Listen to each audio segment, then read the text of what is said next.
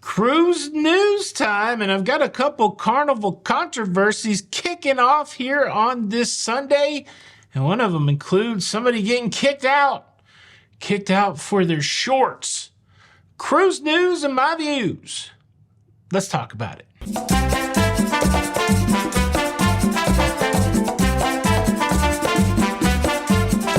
Hey, what's up, everybody? Welcome to La Lido Loca. I am your host, Tony, here with the latest cruise news and views for your face. On Sunday, November the 12th, 2023. And I want to take a second and say Happy Veterans Day. I know that yesterday was official Veterans Day, and then Friday might have even been celebrated Veterans Day, but I didn't do a news show yesterday, and so I wanted to make sure that I didn't let the weekend escape me without giving a big shout out to all who have served for our freedoms and the benefits that we enjoy here in the United States.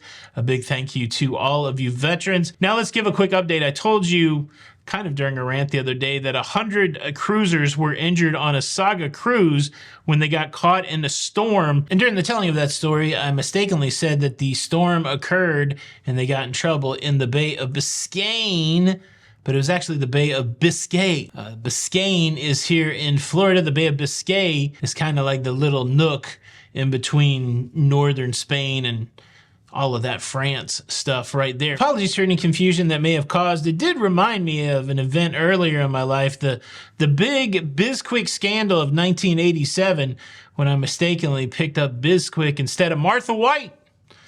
My Nana was not happy. I didn't realize that the loyalty ran that deep. So Biscayne, Biscay, Bisquick. Thank you guys for the help out there. Big appreciation to anybody that quickly identifies to me when I misspell something on the thumbnail or in the title. I am kind of cursed and blessed in my life. I have the ability to pick up a lot of words, so I have a pretty extensive vocabulary. The unfortunate thing is I can't spell a lick. I think I can't even spell a lick. I can't even do it. So it's a blessing and a curse that I have all these big words rumbling around in my head that I love to use, but when it comes to typing them out, there's something broken in that spelling function. And so I certainly appreciate the people that shoot me a kind note or just leave a reminder in the comments, hey, I don't think that's spelled correctly. So thank you for that. I think I misspelled accosted yesterday.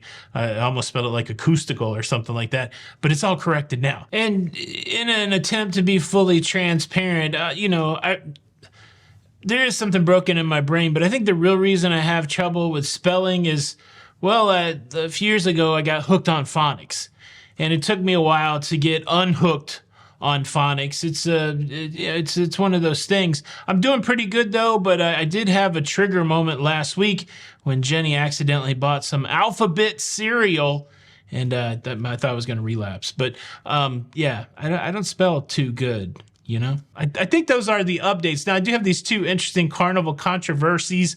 One is about a pair of shorts, and the other one is about a movie. Before we get to either one of those, I'd like to quickly invite you to subscribe. If you like staying up to date with everything going on in cruising, please consider subscribing with the notification bell on.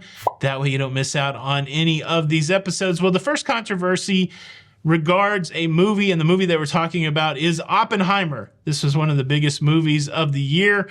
It traces the history of the development of the atomic bomb that was eventually used to end World War II. To be fair, I guess that still is a point of contention among historians, but regardless, the two bombs were dropped on Japan and a lot of people lost their lives, and of course the war did end shortly after that. I saw Oppenheimer, I thought it was a good movie, but the controversy that is brewing is that it is on the schedule to be played out in the open on the public decks on the big screen on a Carnival cruise ship in the upcoming weeks. And of course, Carnival shows movies all of the time on the big screen on the upper decks, but some people have taken a little umbrage with the idea of showing Oppenheimer because of its subject matter, because of its, destructive nature.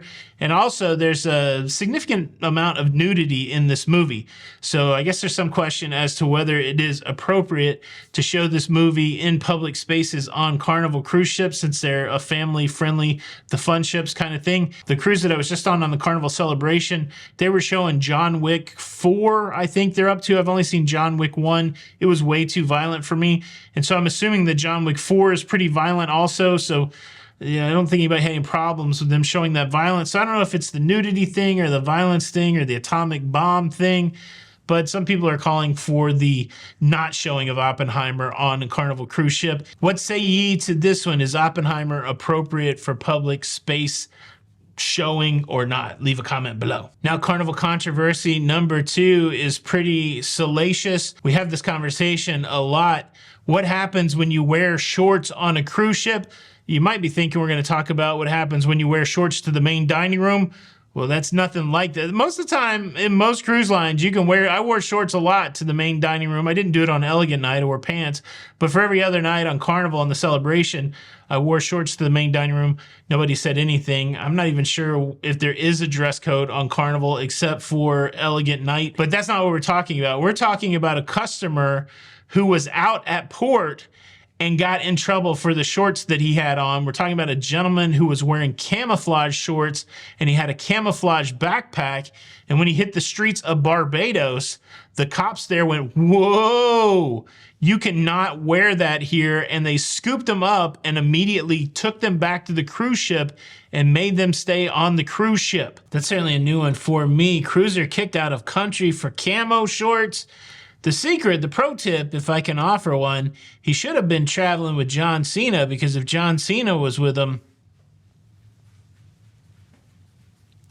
they wouldn't have been able to see him anyways. You can't see me. Now, the person that got snatched up in Barbados feels like they got mistreated. They felt like they were handled like a criminal and a terrorist.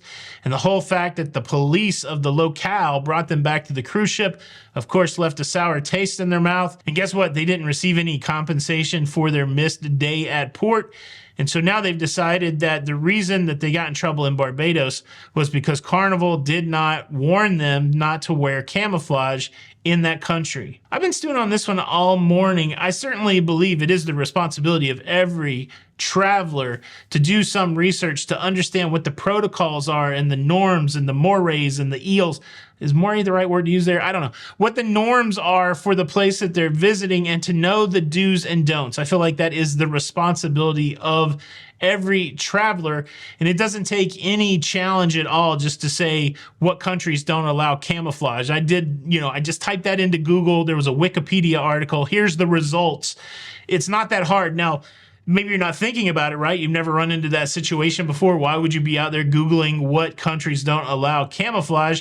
And hopefully everybody that sees this video and hears my voice now has it in their mind that there's some places that you can't wear camouflage if you do wear camouflage. But at the same time, it's interesting because when you get off of the cruise ship, you have to scan your card. You have to stop. Would it be feasible for the 1, 2, 3, 4 security people that may be working those podiums to be on the lookout for camouflage? Would that be a bridge too far? Of course, the person that got brought back to the cruise ship feels like Carnival should be warning people in advance. Carnival brand ambassador John Heald said he was going to run it up the chain and see if there was some way to add a warning that, people could see before they go to these places. But yeah, it's one of those interesting things about going to foreign countries. Not everything is allowed. Let me kick it to you. Who's to blame in the case of the camo conundrum? Don't make me spell it. Leave a comment below. Thanks so much for checking out the show today. I don't know if you caught the video of me talking about getting accosted at the cruise show, but that one's going to pop up at the very end. Make sure you click on that and watch it next. This is Tony for La Lido Loca, and until the next time, we'll see you on the Lido. Bye. Cruise news, cruise news, cruise news, it's over.